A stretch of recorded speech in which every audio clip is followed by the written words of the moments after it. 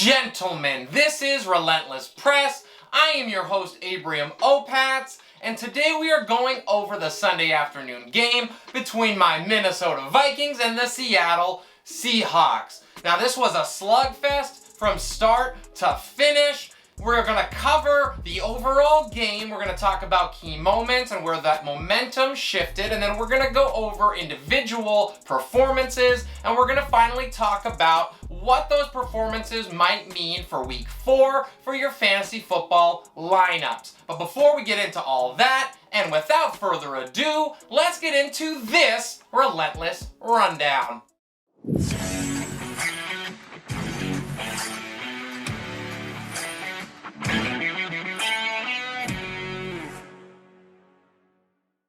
So coming into this game, I'll be honest, I didn't really know if I wanted the Vikings to win. We're already 0-2, a couple heartbreakers to start the season, per usual. And so an 0-3 start might mean that Kirky and Zimmer might be gone.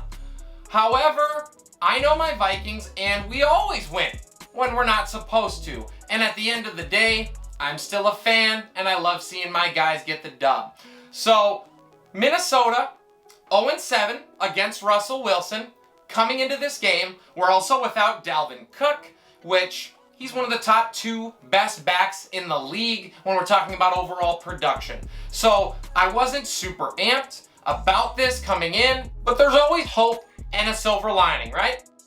So Seahawks start with the ball. They're able to convert a couple third downs and really move the ball down the field with ease. This drive finishes with a 10-yard touchdown strike to DK Metcalf. The Hawks are off to a hot start. Now Minnesota faces a defense from Seattle who hadn't allowed a opening drive touchdown in 10 straight games, second longest streak in the NFL. So that's what they faced getting the ball here.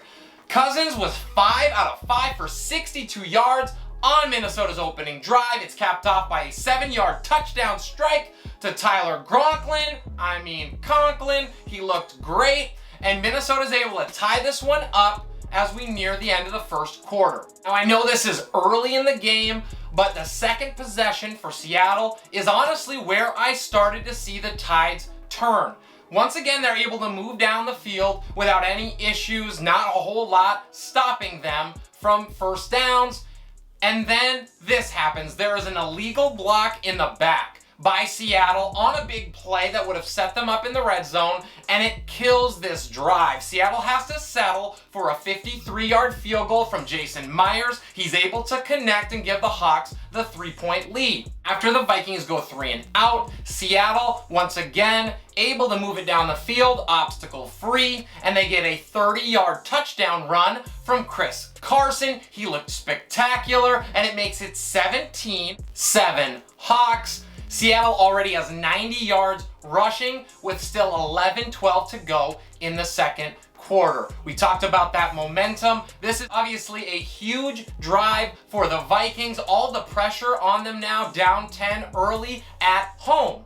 As a Vikings fan, you could already feel that tensity in the air. And then on 3rd down and 3, Seattle gets a sack and Minnesota has to punt. However, there is a huge penalty on the defense for holding, which gives Minnesota a first down. That would lead to an 85-yard drive, 9 plays for the Vikings, where they convert a 3rd down and 13 from the 15-yard line to Adam Thielen for the touchdown. Kirk Cousins has an absolute laser in. There is a tight window and not a lot of space. He's able to convert it, and Minnesota stays alive in this game on that possession. I know it's early, but the way that Seattle's offense had been dominating so far, you really just felt like if Minnesota couldn't get points on that drive, specifically a touchdown, but just points in general, they would have been in trouble. But a couple key penalties at critical moments for Seattle, and Captain Kirk does the rest. Seattle would get the ball back and immediately get another big gainer, this one to Will Disley for 37 yards, and they are in business all the way down to Minnesota's 33. Now the Vikings are able to force a field goal, and we know that it doesn't matter what universe we're in, it doesn't matter what dimension we're in, if the Vikings are playing, there's going to be missed field goals. And so it happens to be for Seattle on this attempt. It's a 44-yarder. Jason Myers, prior to this kick, had hit 37 straight. So don't tell me there ain't no curse. And he shanks this one, and Seattle now has left 7 potential points opportunities off of the board when we go back to that illegal formation earlier, and now this missed field goal, and they could really be up 24-14. Instead, Kirk and the Vikings get the ball with 3 minutes and 14 seconds left before halftime, and Captain Kirk takes over. He caps this with a 3-yard touchdown pass with just 16 seconds left to Justin Jet Jefferson. And the Vikings take their first lead of the game into halftime. Now Minnesota also would get the double whammy because they start the second half with the football. They have a long, methodical drive that ends up stalling. They do get points out of it, however. It's a 43-yard field goal. He decides to make this one, Greg Joseph, and it's an 8.5-minute drive to start the second half. The Vikings have now scored on 3 straight possessions. They extend their lead, and those 7 points left on the board so far by Seattle are the difference as of now. Seattle will get the ball back, but end up taking a sack and then having to punt after holding it for just 2.5 minutes. That drive would prove to be the nail in the coffin for the Seahawks, and that's because Minnesota, after getting the ball back against a defense that is completely exhausted, takes a 11-play drive all the way down to Seattle's 16-yard line, where Minnesota would settle for another field goal, this one from 33 yards out, to make this a 2-possession game for the Vikings.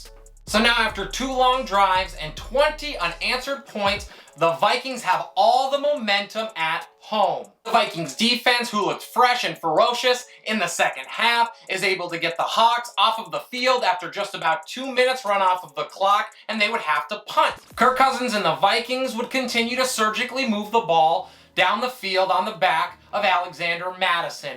They eat up clock on this possession. They get it all the way down within the 5. They end up having to settle for a 3rd field goal from 20 yards out, but the damage has been done. After that 3rd drive, Minnesota had already had the ball for 20 minutes in the second half, and you could tell that it was wearing on that Hawks defense. Now the Hawks, unable to get anything going in their 3rd possession of the half, face a 4th down and 12. Wilson almost throws a pick to Hitman Harry in the back of the end zone. They would turn it over on downs, and Minnesota, as great as they were on 3rd down, does it again. They convert, which basically ends this game. Your final is 30-17, Minnesota, who finished this game strong behind 23 unanswered points and a laser-accurate Kirk Cousins. Now, when I take a step back and really examine this game, a couple things stood out to me. Minnesota just looked like the team that was desperate for the win.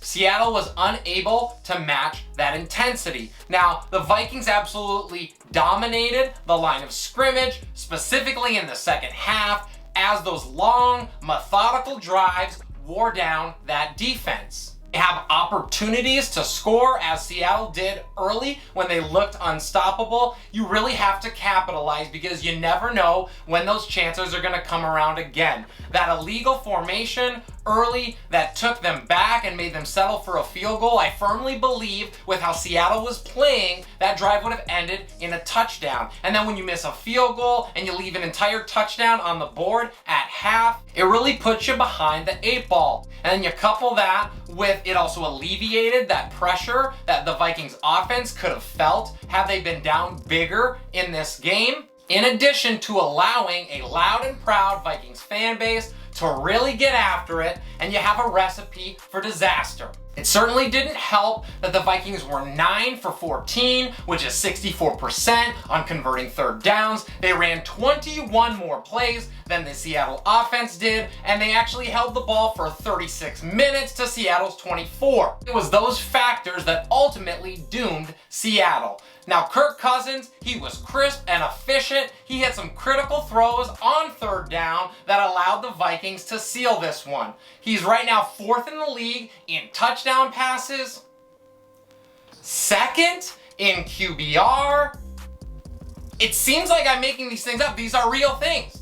and I can't even believe it. But right now he is playing at a different level, and with those errors from the Seahawks, it was too much to overcome. Russell Wilson looked solid as he always does, but he was really under duress for most of this game, and he looked rattled once that pressure started to come from that Vikings D-line. What could have been easily missed in this game was just how dominant Seattle was on the ground. They averaged nearly 6 yards a carry as a team. Chris Carson was awesome, but because of the game script and the way that this just got away from the Hawks, they had to shy away from the run and really just air it out. Their defense was exhausted, particularly late as the second half wore on, and Minnesota just really took advantage of that and continued to pound it down their throats.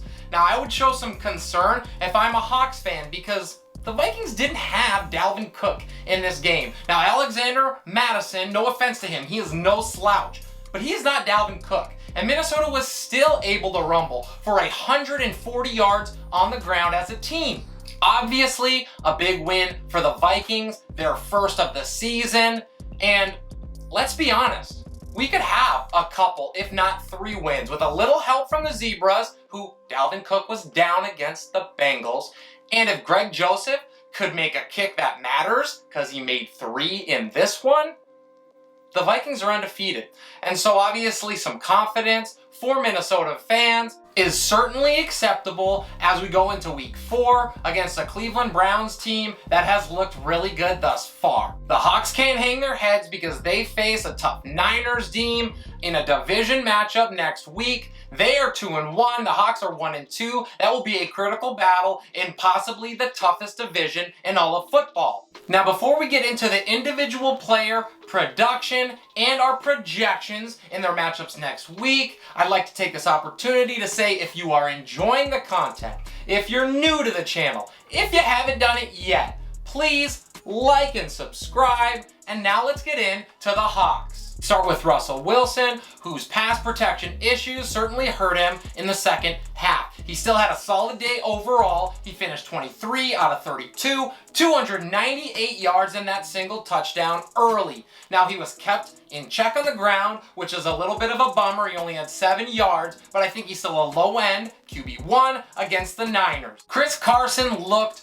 awesome. He was extremely tough to take down all day, and he finished this game. Even though he had solid production, he could have done even better had the game script not gone completely against him. He had 12 carries for 80 yards. He had that 30-yard touchdown where he looked spectacular, but just 2 catches for 2 yards. Now, I really like him as a rock-solid RB2 nonetheless. In our rankings video, we talked about Tyler Lockett and how we knew the bust game was coming. Now, this was the one that he came down to earth in.